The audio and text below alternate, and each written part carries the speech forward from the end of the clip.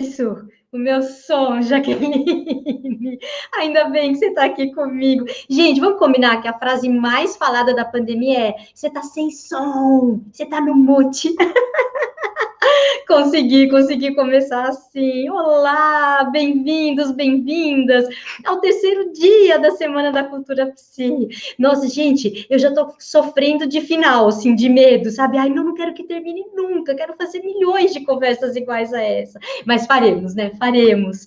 Muito prazer, sou a Consuelo. Sempre um ombro amigo, esse, tá? Para quem já me conhece, para quem não me conhece, eu também sou a Consuelo, sempre um ombro amigo.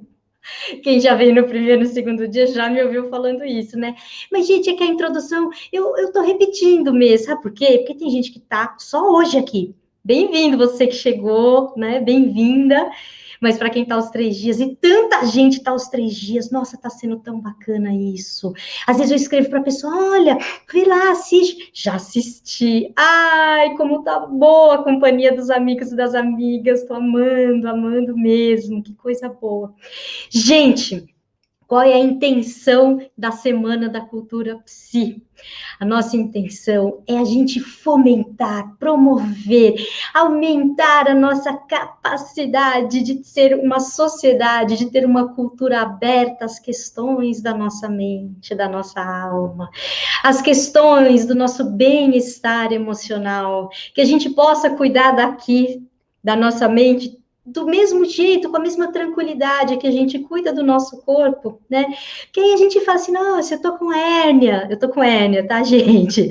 É normal, tá com hérnia. Ó, ganhei uma hérnia na pandemia, rolar, uma não, duas, né? Ó, que chato. E você também pode falar: nossa, eu ganhei uma ansiedade na pandemia, né? Não tá fácil. Ah, nossa, eu ganhei depressão na pandemia. É possível, aconteceu, está acontecendo, né? Que a gente possa falar sobre isso, é o primeiro passo para isso, estar mais entre nós, estar mais aberto, e a gente possa se cuidar, se curar, ir ao caminho de um bem-estar maior, emocional. Bem-vindos. É por isso que a gente está aqui. E a gente está aqui por um grande apoio da Amor Saúde. O Amor Saúde, eu não sei se vocês conhecem o Amor Saúde, e aqui eu quero contar para vocês. O Amor Saúde é a maior rede de clínicas populares do Brasil. Eles têm 270 unidades nas maiores cidades do país. Lá você faz a consulta médica, odontológica, os exames, tudo no mesmo lugar. E agora eles estão atendendo também por videochamada. O que é muito bacana de vocês conhecerem do Amor Saúde, que deixou a gente muito impressionado quando começou a trabalhar com eles, é o sistema de administração deles, chama administração solidária. Tem uma visão para o jeito de fazer negócios. Tem um livro sobre isso, se você quiser ler, eu já li, é muito bacana. É um outro olhar, sabe? E o Amor Saúde, a gente ligou e falou: vamos, topo. Por quê? Porque eles também estão com o pulso, dedo no pulso da população. Eles também estão vendo como a gente está precisando falar desses assuntos. Então, nada mais coerente do que eles nos ajudarem a fazer esses dias possíveis. Bom, uma outra coisa que eu queria falar, não queria falar nada agora, eu queria passar um vídeo deles para a gente assistir. Eles fizeram um vídeo super bacana do Outubro Rosa. A Mari que está aqui, Mari, você pode passar o vídeo para a gente, por favor? Você é mulher e tem mais de 35 anos? Então, amiga, se toque.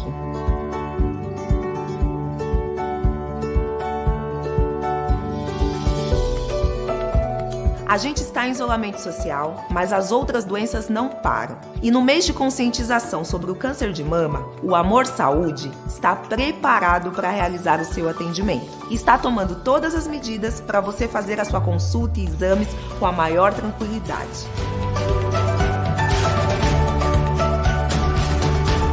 Faça o autoexame e consulte um profissional. Eu já fiz o meu. Amor Saúde. Quem ama, cuida.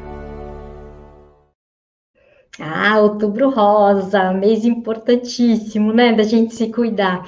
Então, se você quiser conhecer mais, vai lá no www.amorsaude.com.br, né?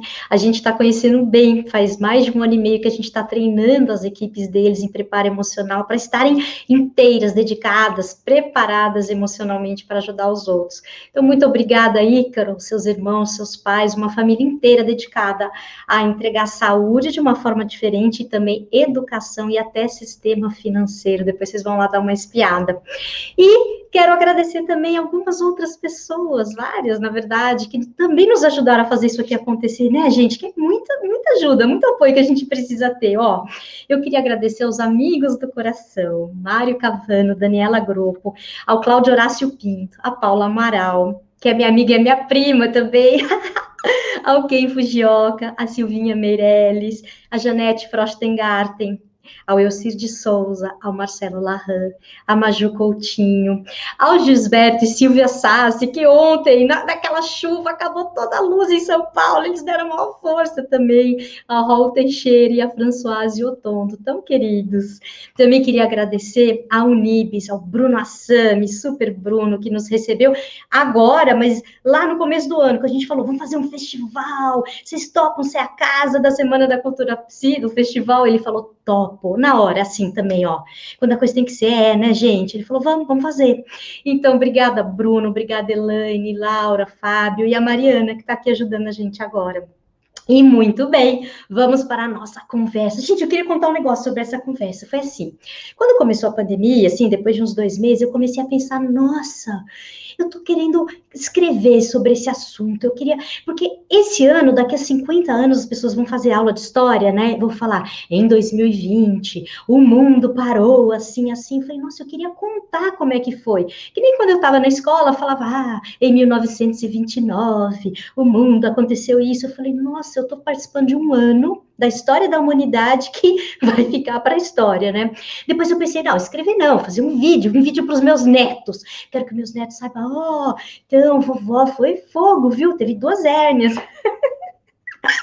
Não, acho que essa parte ia entrar depois, enfim. E aí, eu não fiz isso, gente, não deu tempo. Que tempo que eu vou fazer um negócio desse? Não deu tempo. Mas aí eu assisti Horas em Casa, da Denise Fraga.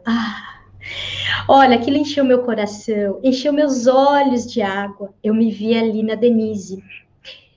Me vi nas histórias que ela conta, sabe? Aí eu falei, gente, obrigada. Eu tô com vontade de chorar agora, porque eu fiquei muito emocionada, porque ela tá botando a gente na tela, um retrato do que a gente está vivendo, sabe? E eu falei, tá aí, tá pronto. Quando alguém quiser saber o que aconteceu, e o que aconteceu de dentro, não de fora, do macroeconômico, nem do microeconômico, mas do micro interno, micro emocional, vai estar tudo lá, registrado. E aí eu agradeci, assim, sabe? Essa pessoa que a Denise Fraga, eu ainda nem conhecia ela, assim, falei, nossa, que dedicação, que entrega, que presente para mim e para o mundo. Foi isso que eu senti, né? Então, eu estou tendo uma oportunidade incrível de poder falar isso agora, sabendo que ela está aqui, para poder agradecer pessoalmente. Porque quando eu assisti, eu só falei, gente, eu preciso dar um beijo nela, preciso abraçar, agradecer 1000 vezes. Eu recomendo muito que vocês assistam. Depois, tá? Que agora ela está aqui para conversar com a gente. Mas assistam, que é uma coisa muito bonita, é um registro maravilhoso. E me lembra, né, da intenção de a gente falar do mundo interno pela arte, que a arte facilita muito esse encontro, né? São temas que às vezes a gente tem medo, né? Então, quando a gente está com a arte, a gente se encontra, como eu contei para vocês aquela frase do Francisco de ontem, né? Que a repórter perguntou assim, o que as pessoas podem esperar encontrar na Semana da Cultura Psi? Aí o Francisco falou, elas mesmas. Eu acho que a arte faz isso, ela traz a gente de volta para a gente. Então, com muita alegria, eu conto para vocês que a Denise topou estar aqui. E ela está aqui hoje, junto com outra pessoa muito querida, que está pensando e falando e escrevendo também sobre isso. E se vocês forem ver o que a Maria Homem está fazendo, você fala, gente, que bom que isso está no mundo. E eu vou contar um pouquinho delas para vocês, que apesar de vocês conhecerem, nós vamos aqui honrar essa jornada maravilhosa dessas mulheres. Então, primeiro eu vou apresentar a Denise. Ela é atriz, produtora de teatro e cronista. Ela é conhecida por premiados trabalhos na televisão, no teatro, no cinema.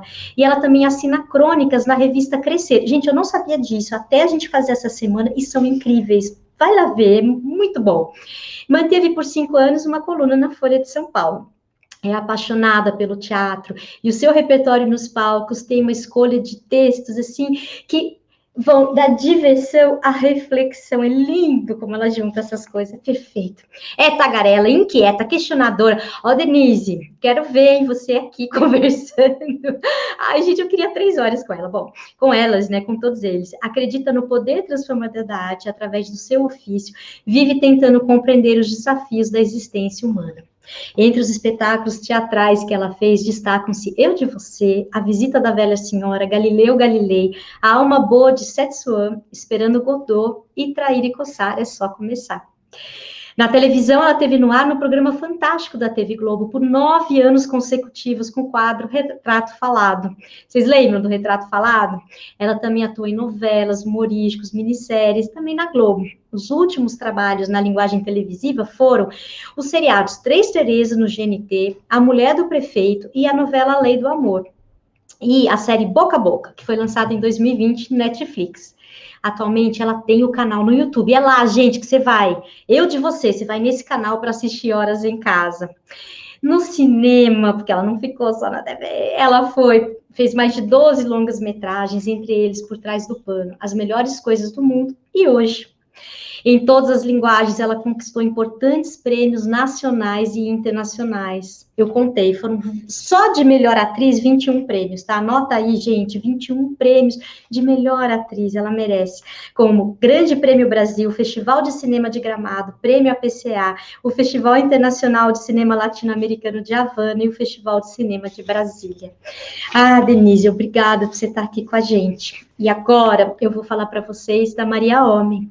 Ela é psicanalista, sim, pesquisadora do Núcleo Diversitas, da FEFELESH, pode falar FEFELESH? Da USP, e professora da FAAP. Ela fez pós-graduação em psicanálise e estética pela Universidade, lá vou eu, hein, ó, meu francês, Université de Paris 8, que eu fui lá procurar, 8, Collège International de Philosophie e Faculdade de Filosofia, Letras e Ciências Humanas da USP. Ela é autora de Coisa de Menina, No Limiar do Silêncio e da Letra, entre outros livros. E ela tem um canal no YouTube também, gente, que você vai lá, ela vai falar sobre psicanálise, literatura, comunicação, cultura, subjetividade, o contemporâneo. Nossa, que oferta de assuntos, de pontos de vista, de profundidade de análise e reflexão que ela traz para a gente. Maria Homem, que bom que você veio também. Que emoção. Francisco, eu te pergunto, eu apresentei nossas convidadas da nossa semana, você está aí? Boa noite, pessoal. É um prazer estar aqui mais uma vez, nesse terceiro dia, já rompendo a metade da nossa semana, né? Muito honrado por receber tanta gente bacana, né? E hoje a gente tem duas mulheres incríveis, inteligentíssimas, de se admirar o trabalho e a capacidade que essas duas têm de produção e de reflexão e a sensibilidade delas, né? Então eu vou chamar aqui Já, deixa eu ir embora aqui, tá? Porque eu vou deixar vocês, senão vai ser muita gente conversando, nem dá tempo, né? Eu vou me despedir. Eu queria falar. Eu tô vendo, Consuelo, antes de você sair, que já tem um monte de gente que queria que você conduzisse a entrevista hoje, né? Para ficar as mulheres aqui, né? Junto com a Jaqueline, as duas outras. Gente, ia ficar uma turma, mas não eu acho merecido, acho justo, né? Tem um monte de gente escrevendo isso. Ô, gente, aí eu vou descansar e você fica trabalhando. Não, vamos combinar, ó. Sabe o que acontece? Eu fico assistindo o canal da Denise enquanto você faz, que tal? Não, porque quem se preparou foi você. Porque, gente, eu fico aqui atrás anotando tudo. E por quê? Porque mais? Porque já estava combinado, né? ô, Francisco, deixa eu falar um negócio para você, antes de te liberar aí. Mas, ó, se eu ficar com vontade, vocês ouvirem uma voz atravessada no meio, sou eu, tá? Fiquem tranquilos, fiquem tranquilas. Você está aqui para autorizar o inusitado, né? Você representa aí a palhaçaria, né? Que traz as surpresas do humano. Então, pode acontecer, está liberada. Sim. Tá bom, me aguardem. E Jaqueline, eu vou para lá, mas eu queria agradecer sua presença, que agora que eu começo junto com você, eu fico tão mais tranquila. Muito obrigada, viu? Que bom. Gente, então, até daqui a pouco, eu tô aqui do ladinho, ouvindo tudo e, de repente, entrando no meio dessa conversa linda. Boa conversa para Muito todos. bem, então vamos dar as boas-vindas para Denise Fraga e Maria Homem. Sejam bem-vindas.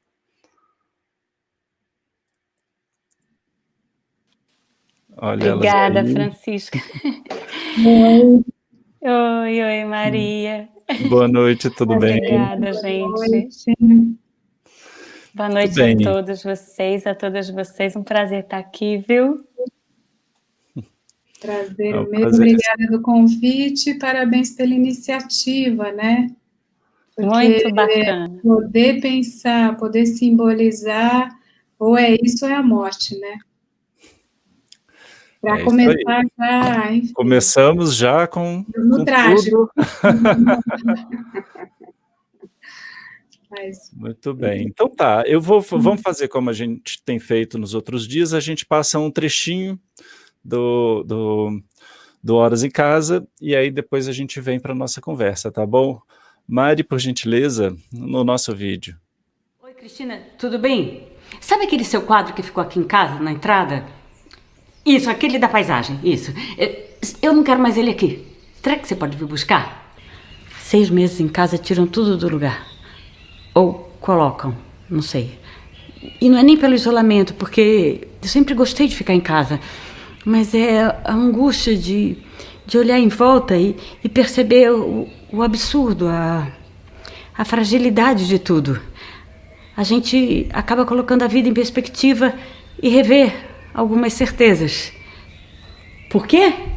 Porque do alto dos meus 60 anos, eu entendi que eu quero fazer muita coisa ainda antes de morrer. E eu não posso perder tempo, nem com quadro feio. Eu sempre soube o que fazer.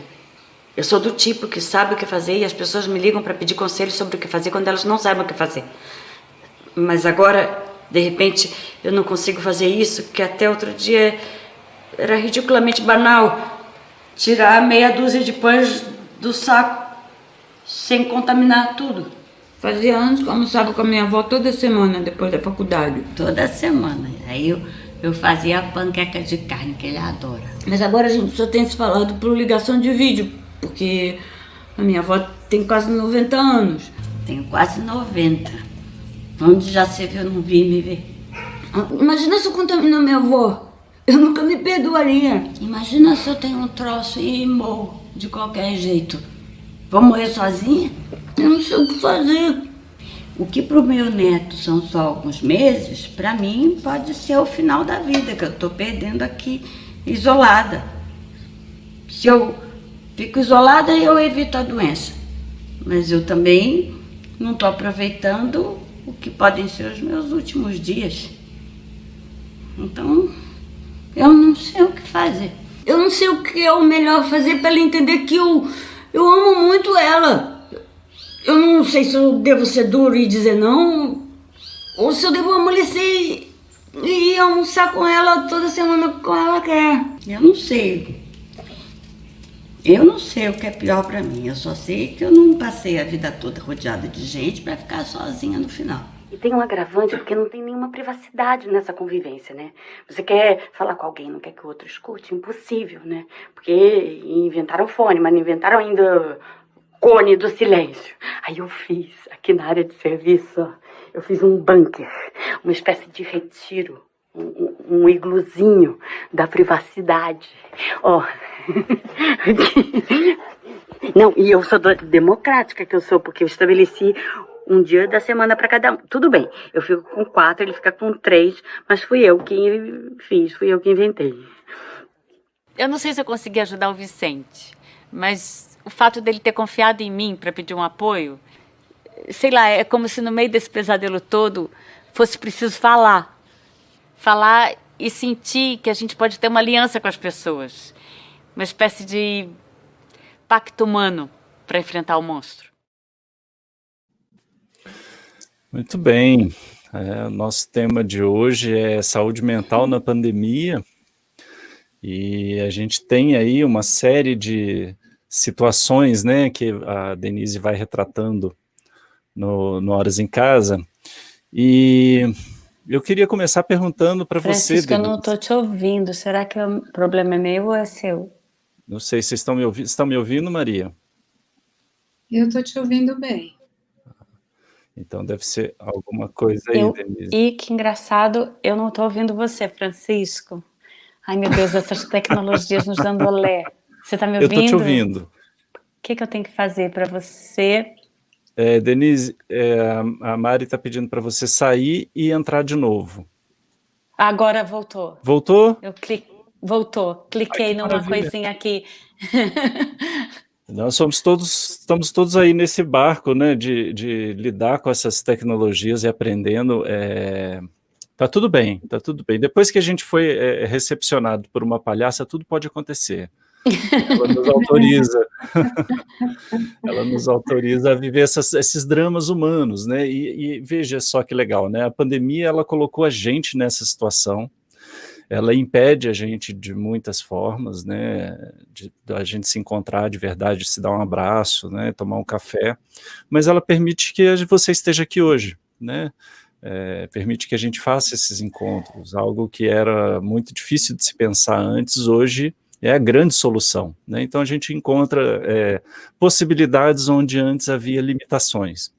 E pensando um pouco sobre a saúde mental na pandemia e sobre como que a gente mantém a nossa saúde mental, né? Uma forma que eu acho que a arte propicia é da gente poder refletir sobre os nossos dramas, os nossos sofrimentos, e isso você traz no Horas em Casa. Eu queria que você contasse um pouquinho de como que surgiu esse canal, esse projeto do Horas em Casa, de onde que vem tudo isso? Como foi essa construção? Bom, então, eu antes, quando tudo parou, eu estava com uma peça que chama Eu de Você, que já era um projeto muito importante, assim, que para mim não é nem mais uma peça, era uma experiência humana. A gente fez uma temporada aqui em São Paulo, que foi muito bacana, no Teatro Vivo. Eu estava em Belo Horizonte, na segunda cidade da turnê, e essa peça foi escrita em cima de histórias reais, e a gente trançava histórias que a gente recebeu. Recebemos 300 histórias, a gente trabalhou em cima de 25, a dramaturgia foi feita. A gente foi para a sala de ensaio sem um texto e a gente foi chegando a esse texto, misturando essas histórias com trechos da literatura, poesia, música, tem uma banda em cena, é linda a peça. Quando tudo parou, eu estava fazendo essa peça se chama Eu de Você, e a ideia desse Eu de Você é justamente esse exercício de alteridade. Não sou eu, Denise, vivendo fulana ou cicrana, eu de Maria, eu de João. Vem você experimentar esse eu de você. E a peça é muito interessante, eu fico muito na plateia, me misturo com o público. Estava muito feliz da vida quando tudo parou. E eu fiquei muito triste. Triste mesmo. Apesar de entender todo momento, aquele momento que todos nós nos ligamos nesse macro, nessa coisa coletiva que estava acontecendo com todo o mundo. E era um momento inimaginável. E aí, quando a gente veio aqui para casa, o Luiz dirigiu a peça, o Luiz Vilaça, e a gente, naquele primeiro mês, a gente achou que a gente ia ficar um mês, né? Todo mundo achou que ia ficar um mês e pouco. E o tempo foi passando, e a gente falou, a necessidade da gente perceber, porque eu acho que aconteceu uma coisa, né? Que foi esse denominador comum a todos, que foi esse vírus, mas isso escancarou nossas diferenças, né? Nossa profunda desigualdade social, inclusive ela ficou impressionantemente sublinhada. E essa nossa curiosidade sobre a história íntima, né? A gente tem uma trajetória, eu e Luiz, de ter feito muito sobre histórias cotidianas. A gente fez o Retrato Falado um tempão no Fantástico, que era em cima de histórias reais, e a gente começou, a peça tem essa coisa em outro lugar, aí a gente falou assim, não, vamos fazer alguma coisa, começou com uma coisa de tentar criar historinhas de quarentena, até que a gente se juntou com a Rafael Gomes, que é um grande parceiro, um roteirista maravilhoso, um diretor maravilhoso, a Silvia Gomes, que também é uma dramaturga maravilhosa, a Cássia Conte, uma turma de roteiristas que tem o Horas em Casa, agora o Vitor Mendes também. Nos reunimos e falamos, vamos fazer alguma coisa. E tinha essa história do eu de você, da gente, que era eu de cara limpa, vestindo experiências alheias. Eu acho que mais do que eu... Tanto que a gente tenta eu não fazer a caricatura do personagem, apesar que eu sou uma pessoa que gosto muito da composição, mas a ideia é vestir a experiência do outro. Eu não estou de cara limpa e com a mesma cara sempre só porque a gente não tem uma caracterizadora, maquiadora de plantão, ou não tem a possibilidade de mudar de figurino. Eu poderia mudar minha própria roupa, pôr um rabo de cavalo para diferenciar, mas tem uma concepção que eu acho muito interessante para a gente, e é difícil tentar fazer isso, mas assim, eu acho que foi um bom risco eu tentar não me modificar fisicamente para convidar todo mundo a pensar, e se fosse com você? Né? Eu sou eu mesma de todos. Eu sou todos em mim. Né? Aliás, essa peça me deu muito isso, como a gente é feito dos outros, das histórias alheias, como essa noção de estar em rede é uma coisa que eu sempre fico muito... impressionada como a gente se desliga do todo, né? Como a gente tem a cilada de cair no indivíduo, nos nossos próprios dramas, achando que nós somos os únicos sozinhos, e até a amostra de cartas que a gente recebeu pro Eu de Você me fez ver como somos sozinhos, mas um arquipélago de solidões mesmo, porque está todo mundo sozinho, a vida não está bolinha para ninguém, está todo mundo sofrendo. A amostra de cartas que nós recebemos era uma amostra melancólica, e a gente pensava como a gente pode solarizar sem ser leviano com o sofrimento, como a gente pode colocar um holofote da beleza da existência sem ficar uma coisa cor-de-rosa ou ficar uma coisa besta. Então a gente fala assim da vida dura, a vida é dura, mas o humor salva, e eu acho que a gente sabe disso. Rafael, que é o roteirista, nosso redator final, sabe muito disso, Silvinha também, o Luiz é o craque disso. A gente sempre, muito no trabalho do Luiz Vilaça e no meu trabalho, eu falo que a gente faz comédia de chorar. É comédia de chorar. O humor e o drama, então, esse lugar no meio é um lugar muito fascinante. E assim, eu acho que a gente conseguiu, não sei se a gente conseguiu, mas a gente tem tido um retorno muito bom disso, desse lugar de reflexão, de falar com leveza da tragédia cotidiana, porque sabemos que estamos numa tragédia. Maravilhoso. Denise, eu vou aproveitar algumas coisas que você falou para passar a palavra para a Maria e fazendo já uma pergunta, né? Porque a Denise fala da caracterização que foi escolhida para o Horas em Casa, né? Onde ela vai de cara limpa e ela abre um espaço para que a gente encontre o outro, né? Gente como a gente. E fala também dessa situação em que nós fomos postos, né, onde não há o encontro. E isso tem um impacto profundo sobre a nossa subjetividade. Né? Eu ouvi uma história recentemente onde uma pessoa me contava como que ela ia se sentindo insegura de si mesma por falta do encontro com o outro, né, por falta desse olhar que reafirma o nosso lugar. Como que você vê isso, Maria? Que tipo de impacto que esse isolamento pode trazer para a gente? Olha, e tem tantos impactos e é tão plural, né? E tão complexo, e acho que a gente viu uma pequena amostra aqui, né? E deve muitas outras camadas.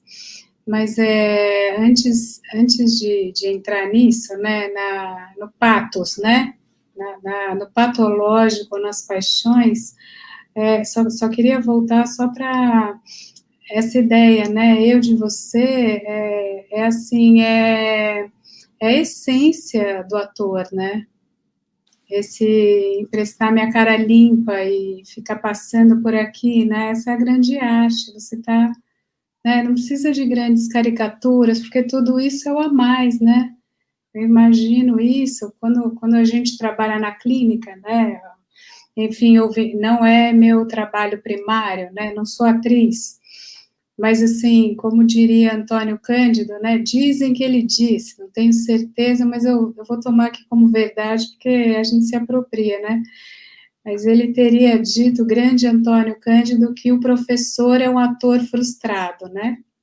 de alguma maneira, sempre, então assim, da aula, da palestra, de alguma maneira é um pequeno palco, né, que você vai lá e muitas vezes, para falar um conceito, você conta uma história, e às vezes, enfim, às vezes eu me empolgo, aí vou fazer, eu lembro na época que tinha uma discussão antidepressivo, aí eu vou lá fazer a garota Prozac, aí vou falar a minha história, que eu tô deprimida e que nada para mim faz sentido, aí começo a chorar, aí um dia eu comecei a chorar, às vezes começo a chorar de verdade, aí de repente os alunos se chocam completamente, ela é louca, ou será que eles ficam naquela ambiguidade, aquela dubiedade, até que ponto eu tô deprimida, eu tô representando, eu tô contando a história de uma adolescente, a história do suicídio, a história, enfim, então eu acho que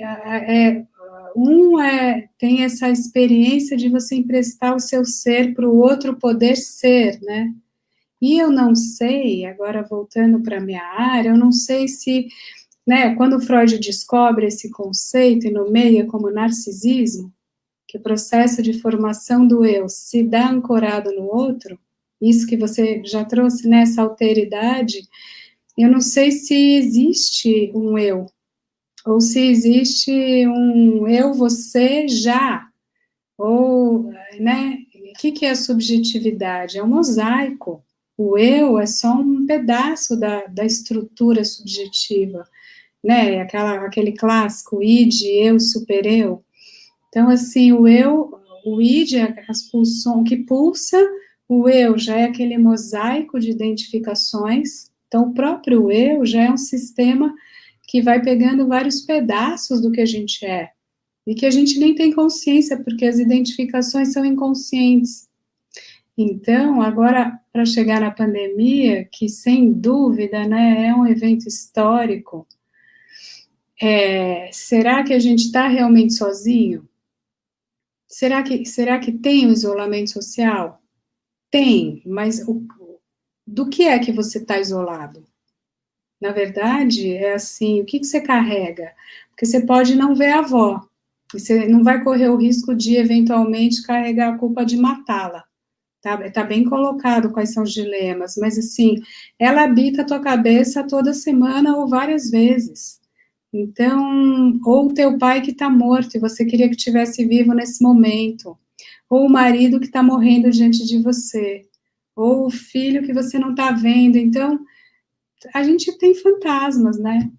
Os vivos, os mortos, os amados, os odiados, que às vezes você odeia e torna eles mais presentes pelo ódio do que pela indiferença. Então, essa ideia de eu é só uma ficção, é só uma palavra, é muito mais uma nomeação, é muito mais um termo, e uma ficção moderna, é muito mais um pilar da modernidade, que cria a ideia de uma individualidade livre e autônoma, do que a nossa realidade. E se a gente tinha dúvida disso, agora com a pandemia a gente entendeu que um vírus não sei onde, talvez de uns animais que estavam em um pedaço do território do mundo que chama Ásia ou China, eles têm a ver com a minha vida. Então, o planeta é global, a floresta, a água, a chuva, as moléculas estão girando, é só isso. Um vírus é só um código genético, é só uma informação que está girando loucamente, tem muita penetração, voa muito. E é isso que a gente viu. Como não ver, né? E assim, para voltar na Consuelo, que não está aqui, eu também acho que 2020 é um ano histórico, e os editores também acharam e me colocaram numa sinuca de bico que eu aceitei, que era escrever agora sobre isso. Então, eu acabei de terminar um livro que chama justamente Lupa da Alma, porque a hipótese é que essa pandemia, esse vírus, é uma lupa sobre a gente para desvelar tudo isso, que a gente viu um trechinho aí, mas que a gente está vendo, né? O que é racismo, o que é violência, o que é alienação, o que é amor, o que é medo, o que é luto, enfim, então, assim, vamos ver, né, depois, daqui 10 anos, 100 anos, eu tenho até medo, mas assim, deve sair agora em novembro, essa lupa, né, quarentena, revelação é o subtítulo, Que então, assim, maravilha. essa quarentena é uma hiper-revelação, acho que esse... É uma revelação. Que maravilha. Parabéns pelo Adorei lançamento esse do seu nome, livro. Maria, que eu tenho falado que a vida parece que ficou com lente de aumento, né? Ah, então, a gente fala igual, é Tudo. lupa. Adorei. De certa forma, o Horas em Casa é uma lupa também, né? Que a Denise colocou aí, e eu queria trazer um pouco a conversa para a questão da arte, como que a arte tem sido importante para a gente suportar, né? E eu acho que o Horas em Casa ele traz justamente a questão, o problema para o centro, a problemática para o centro, né? Coloca uma lupa mesmo aí, como você disse, Maria. Como que você tem, como que tem sido a recepção do Horas em Casa? Como que as pessoas te dão respostas sobre esses dramas que elas encontram, Denise? Você sabe, Francisco, que eu sou... eu tenho uma certa resistência à rede social, né? Agora não tem mais jeito, né? Agora a gente foi jogado nela, a gente vai ter que se virar. Mas uma das coisas que eu mais amo da rede social é essa reverberação que a gente pode ter dos nossos trabalhos. E eu sinto que tem uma coisa, apesar de ter muita coisa que, né, que você tem que relevar, porque eu sempre acho que a rede social somos todos corajosos tecladores, né? No teclado todo mundo é cheio de coragem. E eu acho que um dos ingredientes que está dentro da comunicação virtual é a covardia, porque a gente não está ali completamente dando a cara para bater. Mas a gente tem recebido coisas incríveis, e uma das coisas que eu acho mais bonitas é como que as pessoas escrevem poeticamente quando elas são tocadas pela poesia. Gente que nem poeta gente que tem um outro trabalho, mas eu sinto que a arte, ela tem, e principalmente numa hora como essa, onde eu acho que minimamente todos nós passamos por horas reflexivas, eu acho que não deve ter ninguém que não pensou na vida nesses tempos, né? Porque, como a Maria falou, é tudo muito revelador. Eu tenho a impressão que foi jogado um líquido de contraste, sabe? Aquele negócio que a gente usa no dentista, que assim, que câncermose, assim, que mostrou, revelou muita gente. Então eu fico vendo como é revelador para mim o que as pessoas escrevem, às vezes, brotando da arte, um novo artista engenheiro. Como uma pessoa que se acompanha da arte, como a arte nesses tempos, né, e começou com aquela coisa nas sacadas, virou uma atividade essencial.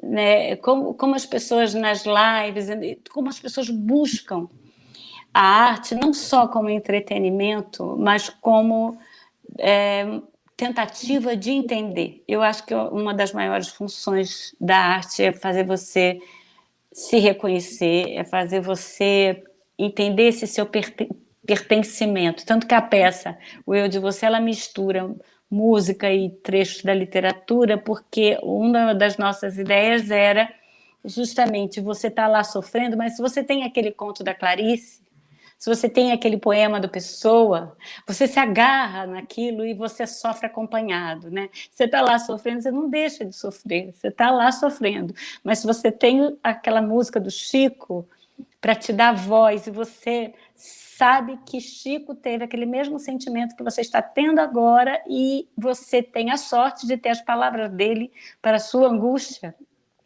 Essa trança, né, que a gente pode fazer da vida comum com a arte e embelezá-la, né? Eu sempre falo, quem lê Dostoiévski, Fernando Pessoa, no mínimo vai sofrer mais bonito. Né? A arte embeleza o sofrimento, ela não te tira dele, mas ela te faz se olhar de cima assim e estar ao lado de Drummond, né? De braço dado com Drummond. É muito, muito legal isso. Maria, a arte, nesse sentido, né, quando ela abre a possibilidade da ressignificação ou do alívio do sofrimento, a arte ela pode ser curativa? Eu vou ousar aqui numa tentativa de distinção, né? Porque assim, a vida é bruta, né? A vida é caos, como diria o Lacan, é um real, né? E é uma coisa que você não consegue... o que você está dizendo que é a vida, já não é a vida, o vivido, né? Isso é uma discussão filosófica antiga. Então, assim, o que é a essência? O que é a aparência? O que é númeno, fenômeno? Enfim, a gente pode ficar aqui o cerne das coisas, ou qual é o coração da matéria, enfim. Então, a gente precisa sempre imaginarizar, colocar imagem, colocar palavra, colocar símbolo, colocar significação, sentido mínimo. Então, desde um bebê, o bebê não está numa angústia pura, né? Nunca se sofreu tanto na sua vida, falar em sofrimento, como será bebê. É choro angustiado, berra, né? E como eu diria o Darwin, naquele tratado das emoções e dos animais, que é super complicado, super ideológico, mas, por outro lado, ele diz, o bebê sofre com o corpo. Então, a gente pode até chorar, e a gente pode até fazer discussões sobre o direito dos homens, deles poderem chorar, ou enfim, mas assim, a gente chora assim, né? O bebê, ele arregaça tudo, o braço, a perna, ele distende completamente, e aos poucos ele vai ganhando a cultura. Então, a cultura, ela é da ordem do necessário, para você não enlouquecer. Porque se você não tem cultura, se você não tem simbólico, se não tem palavra, se não tem um grande outro que digere para você o mundo e fala, filho, olha aqui, calma, aqui, ó o peito, ó a mamadeira, calma, tá sol, isso é frio. Se você não teve a graça de ter um humano a fim de falar com você, é verdade, você enlouquece, isso é esquizofrenia, isso é autismo. Então, o que é a arte? É só uma derivação muito, eventualmente, elaborada, trabalhada, intencional, do grande universo simbólico, que é essencial. Então, você querer tirar a arte, ou se assustar com ela, ou tirar dinheiro, ou fazer briga, ou imaginar um gozo absurdo, porque o ator, porque o cara da Federal, porque o cara no sexo, enfim, esse imaginário que o artista é um ser de gozo e expropriação, isso é uma fantasia tão curiosa do nosso imaginário, porque, assim, arte barra simbólico é simplesmente você se humanizar. É você estar aqui e poder falar, é você partilhar o sofrimento, que nem a Denise colocou, você sofre junto. E muito, muito antes, você vive junto, você respira junto, que é uma das mais bonitas definições de teatro, né? É o espaço onde se respira junto, diz um pacto, eu falo que é um pacto de foco comum. né? É uma coisa tão impressionantemente valorosa hoje, um pacto de foco comum. Isso hoje eu acho cada vez o teatro, as pessoas falam, o teatro vai morrer, eu falo, o teatro, o Flávio Rangel falava, o teatro é o moribundo mais antigo de que se tem notícia, e que está sempre morrendo, e eu acho que agora ele é mais precioso do que nunca, porque ele propõe um mergulho, esse pacto mesmo. Não tem sair, é assim, eu acho que a gente não precisa ter medo, porque é imortal. Assim, claro, a gente pode fazer um suicídio enquanto espécie, até aí, vamos ver o que vai acontecer, preferiria que não, mas, enfim, toda vez onde o Sapiens entrou, tirou a vida, né? Foi tirando as espécies, a vegetação, tal, toda a ilha, tem o microcosmos da Ilha de Páscoa, acho um pouco perigosa essa espécie pequena e voraz.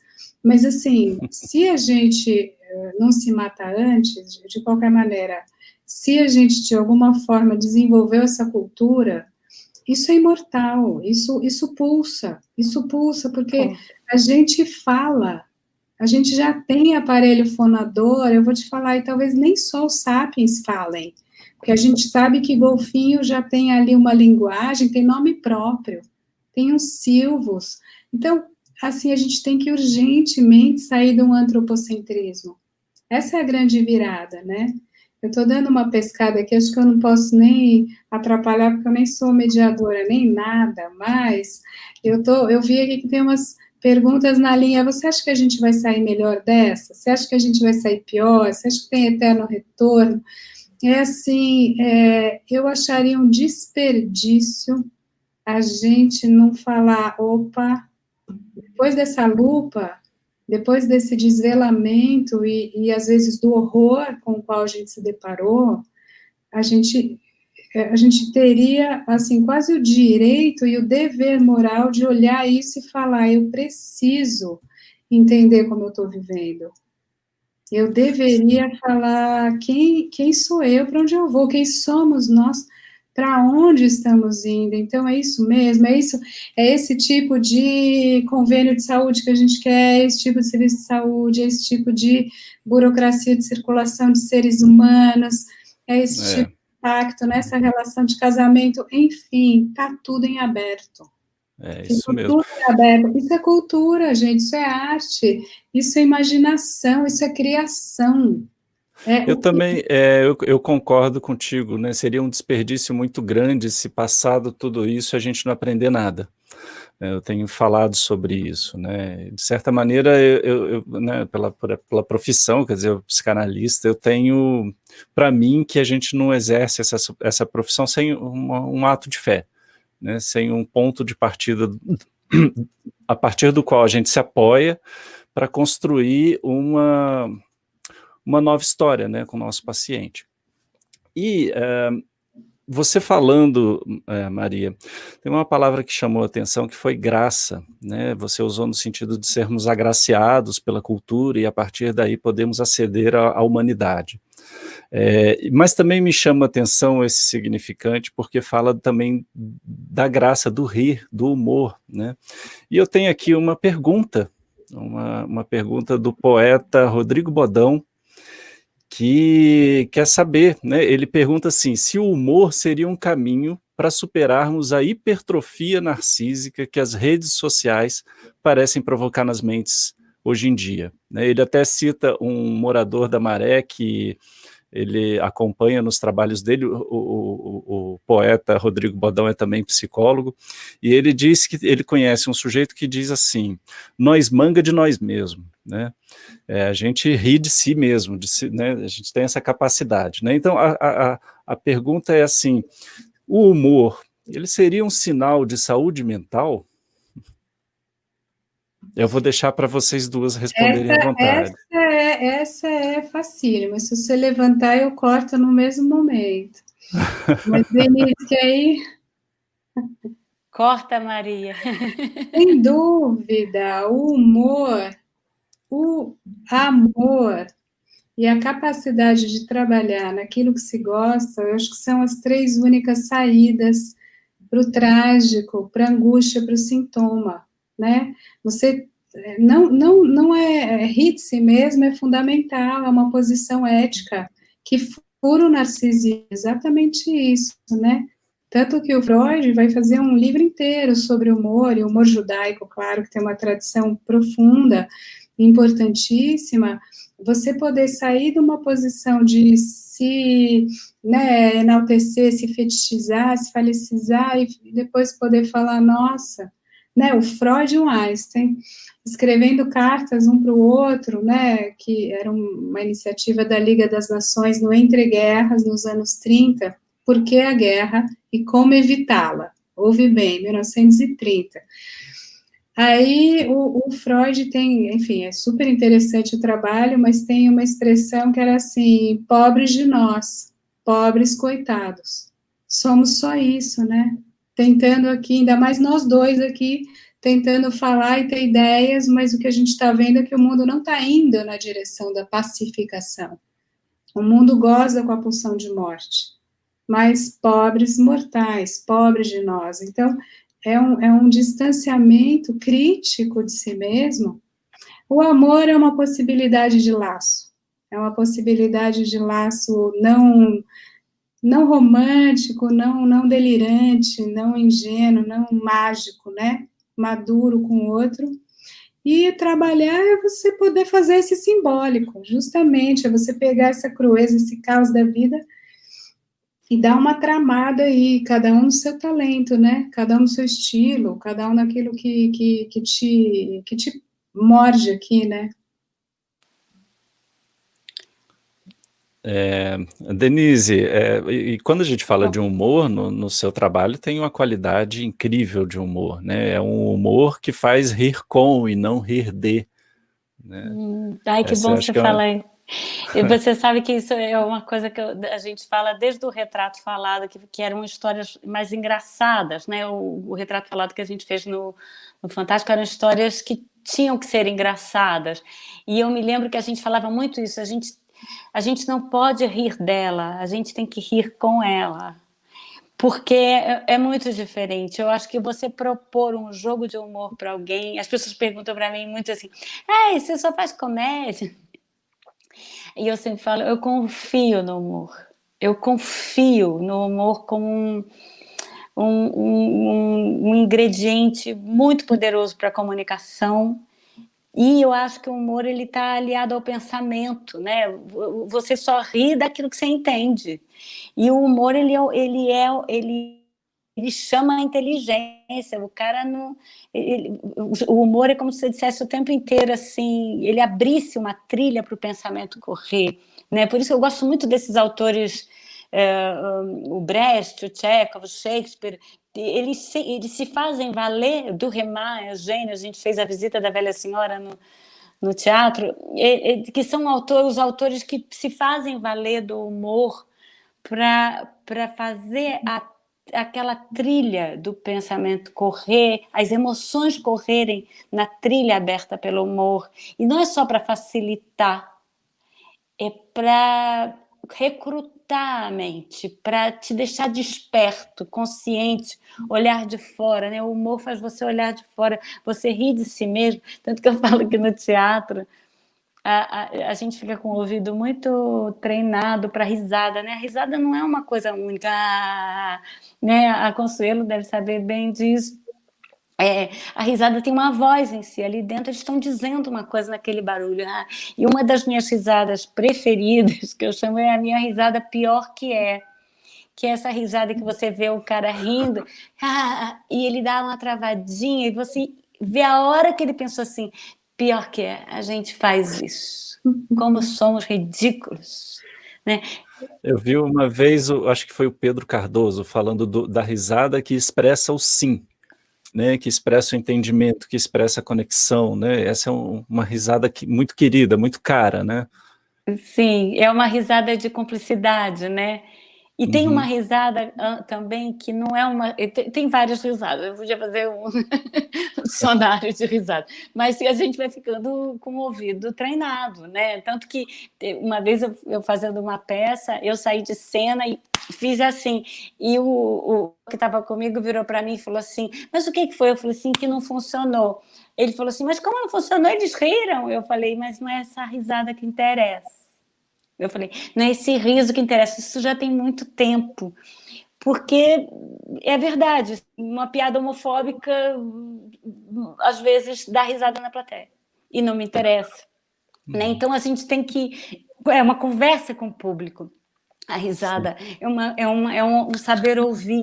E o público está ali numa comédia, principalmente nessas comédias que aliam, nesses autores que conseguem aliar muito bem reflexão com divertimento, e ele está rindo, mas ele está ao mesmo tempo se reconhecendo. Ele está com uma taxinha no assento da cadeira, né? Ele sai do teatro, ele sai com aquela pulga atrás da orelha, ele leva para casa uma marmitinha de reflexão, um assunto para pizza. Quando eu consigo, ao mesmo tempo, fazer alguém rir, ao mesmo tempo que eu faço essa pessoa entrar em estado de reflexão, aí é meu grande barato, realmente é. O humor é revolucionário, né? Ele autoriza a gente a falar de qualquer coisa, inclusive de coisas difíceis, inclusive dos nossos sofrimentos, né? A gente está chegando no fim. Já? Né? Já? Que coisa boa de ouvir. A gente tem tido muitas reclamações, porque o tempo é curto, né? Fica esse gostinho de quero mais, e isso para a gente é muito gratificante. Assim, eu agradeço muito quem reclama disso com a gente. A gente está feliz por isso. Eu vou já passar a palavra para vocês fazerem as considerações finais de vocês, mas antes eu queria, né, nesse caso, falar também, fazer as minhas considerações finais, porque, veja, no último vídeo do Horas em Casa, a Denise, né, termina falando poeticamente, né, sobre a questão da expectativa e da realidade, né? A gente sempre fala muito disso aqui no canal, e tem uma frase no final que eu achei preciosa. Ela diz assim: às vezes a realidade tem um jeito todo próprio de ser mais surpreendente do que as expectativas. E eu quero dizer que, pessoalmente, essa frase resolveu para mim um monte de coisa, né? Muito obrigado pela frase. Mas eu quero dizer também que a realidade desse encontro hoje foi, por tudo que eu aprendi aqui, mais surpreendente do que as minhas mais idealizadas expectativas. Vocês deram um show. Eu aprendi muito, muito obrigado. E aí eu vou passar a palavra para vocês, quem quiser começar fazendo as considerações finais. Pera, que eu cheguei aqui eu tenho que falar um negócio. Eu não vou falar tudo que eu tenho que falar, mas uma coisa eu quero falar. Gente, eu vou pedir para a Denise começar, sabe? Porque ela tem que dar aula. E fui eu que prometi para ela que esse negócio ia acabar certinho. Então, Denise, começa falando que qualquer coisa você vai para sua aula com tranquilidade. Não, mas tá tranquilo. Não vai passar muito. Então, vai você primeiro, vai. Não, eu só tenho a agradecer, gente, parabenizar vocês, porque é muito bacana isso que vocês estão fazendo. Eu acho, como a Maria falou, eu acho que a gente não... Fora tudo que vocês já são, todo mundo que está ouvindo a gente aqui, acho que a gente não pode perder a oportunidade de finalmente fazer um exercício de verdade, de escuta, de falar aquilo que a gente joga para debaixo do tapete, né? Eu acho que a gente vive um tempo muito louco onde o falar a verdade virou um valor em si, e que eu questiono muito isso, porque que verdade, né? Mas eu gosto dele porque ele fala mesmo. Fala o quê? Né? Mas eu sinto que essa verdade que a gente anda louvando, essa forma desse discurso violento, mas verdadeiro, não tem verdade nenhuma. A gente, na verdade, do que todo mundo quer é acolhimento e carinho. E vocês estão aqui fazendo um acolhimento muito verdadeiro, muito bonito. O que todo mundo quer é ser acolhido. E não é concordar ou discordar. Nós somos seres solidários por instinto. Eu gosto muito de uma frase do Paul Singer que diz: o nosso grande desafio é nos desequilibrar entre o nosso instinto de sobrevivência, o nosso instinto de solidariedade. Eu sou solidário por natureza, eu creio nisso. Se alguém cai aqui do meu lado, eu faço assim. A gente está no nosso corpo, esse estar em acolhimento. Então, eu acho que a gente não pode perder a oportunidade do que está sendo nos ensinado nesses tempos a respeito de olhar no olho. É muito curioso que a gente agora vai andar assim. Acho muito curioso. Que liberaram só nossos olhos. Então, eu acho que a gente aprender a falar de verdade, a tocar com afeto, fazer exercícios reais, diários, de afeto, exercício de afeto. A gente precisa disso. Obrigada, cuidem-se, muito obrigada por essa oportunidade desse encontro obrigado tão bonito, você. tá? Prazer imenso, Muito viu, obrigado. Maria? Exercício de afeto e de coragem de pensar, né? Como disse você, o humor, ele é também aquela taxinha ali na bunda para você ficar desconfortável e poder andar, né? Então, para a gente não separar razão e emoção também, que é um erro ancestral. Acho que agora a gente está entendendo que a gente pensa quando sente, e sente também podendo pensar melhor, né? Acho que tem essa trama aí que dá para seguir com coragem, é isso mesmo, né? Esse é o desafio da forma, né? Então vamos, muito obrigada de novo Obrigada pelo a você. convite e vamos, né? Muito obrigado, queridas. Obrigada, gente. Muito Tchau, obrigada. tchau. Obrigada. Obrigada, gente. Muito bem. Então, chegamos ao final. Olha, das coisas que eu queria falar para terminar, é uma preocupação que eu fiquei. Porque as pessoas falam, devia ser a Consuelo aí apresentando, aquela história do começo, né? Gente, fica tranquilo com isso, tá? Que eu fico preocupação, aquela coisa do politicamente correto, deve ser um homem, deve ser uma mulher, eles deviam revezar. Ai, gente, por favor. Sabe por quê? Não precisa ir por esse caminho, tá bom? Porque aqui a gente fez tudo junto, a gente faz tudo junto. Tem muito amor, muita troca, né? Tivemos homens, tivemos mulheres. A gente quer uma semana maior, mais diversa. Com certeza o festival vai ser muito lindo, a gente vai chegar lá. Mas não se preocupem que tá tudo certo, né? E eu, hoje, ia ser difícil, tá? Que eu quero confessar que toda hora eu queria falar alguma coisa, ia ser demais para minha cabeça, eu não ia aguentar. Enfim, eu queria terminar agradecendo mais uma vez ao Amor Saúde, que é a maior rede de clínicas populares do Brasil. Lá você pode fazer seus exames, as suas consultas médicas de odontologia no mesmo lugar. Conheça no www.amorsaude.com.br e agradecer a cada um e cada uma que está nos assistindo. Gente, tinha tanta pergunta legal, eu só no desespero aqui falando, meu Deus, né, como que vai dar tempo, como que a gente pode fazer? Mas eu queria falar para vocês que hoje vocês tiveram uma amostra de 3 canais dedicados a acolher vocês. O canal da Denise, que acolhe de uma forma, o canal da Maria Homem, que acolhe de outra forma, e o nosso canal, que acolhe de outra forma. Nós estamos colocando no mundo, na internet, conteúdos para você poder, essas perguntas tem resposta lá, tem pergunta, o que faz com o filho no quarto, né? Eu vi uma pergunta aqui, ontem tinha as perguntas da depressão, a gente tem 3 vídeos sobre depressão, né? Então, vão lá nos nossos canais, porque a gente está produzindo e, de repente, você não encontrou a resposta aqui hoje, mas encontrará em algum dos nossos materiais, dos nossos conteúdos, tá bom? Muito, muito obrigada. Amanhã, o último dia, mas venham para a festa, afinal também é celebração, tá bom? Um beijo imenso e obrigada mais uma vez, Denise Fraga e Maria Homem.